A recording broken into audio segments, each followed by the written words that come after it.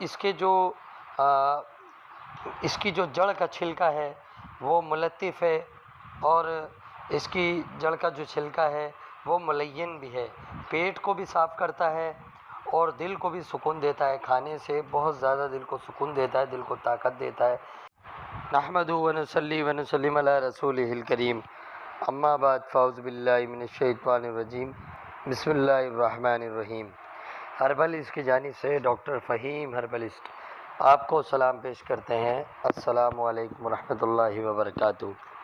ناظرین، اس سے قبل کہ آج کی جڑی بوٹی کا آپ سے تعارف کراؤں، میں یہ ضروری سمجھوں گا کہ ڈاکٹر فہیم ہربلسٹ کی طبی خدمات سے آپ کو آگاہ کروں۔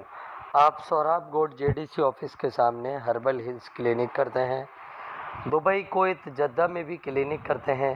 اس کے علاوہ آپ مارننگ شو کرتے ہیں K21 اور GTV پر۔ آرٹیفیشل انٹیلیجنس کے ذریعے ساری دنیا میں ادویات کی ترسیل کی جاتی ہے۔ آپ بطور خاص شوگر کے اسپیشلسٹ بھی مانے جاتے ہیں۔ ناظرین، یہ تھا مختصر سا تعارف ڈاکٹر فہیم ہربلسٹ کا۔ مزید رہنمائی کے لیے نیچے دیے گئے نمبر پر رابطہ کر سکتے ہیں۔ آج کی جو ہماری جڑی بوٹی ہے وہ کنٹھال ہے۔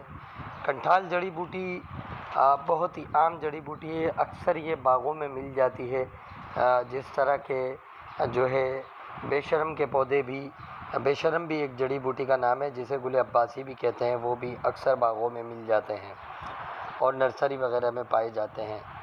اس کی بھی جڑ بہت کارآمد ہوتی ہے اور اس کی بھی جڑ بہت ہی زیادہ کام کی ہوتی ہے۔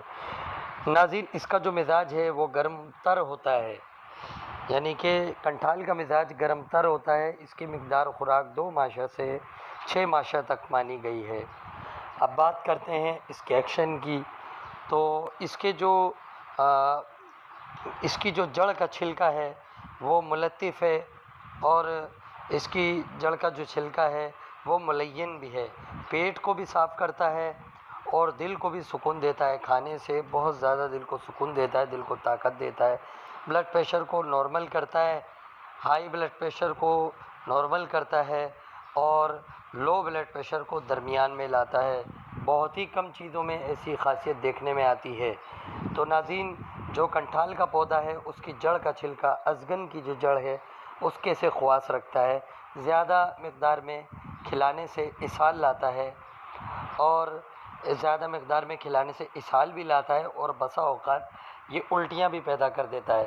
تو اس کی مقدار خوراک کا خاص خیال رکھا جائے۔ اس کی جڑ مقوی باء بھی ہے۔ اس کے علاوہ انڈیا کے لوگ اسے سالن میں پکا کر بھی کھاتے ہیں، اس کے بیجوں کو بھون کر بھی کھاتے ہیں۔ ان میں نشاستہ کی کثیر مقدار ہوتی ہے۔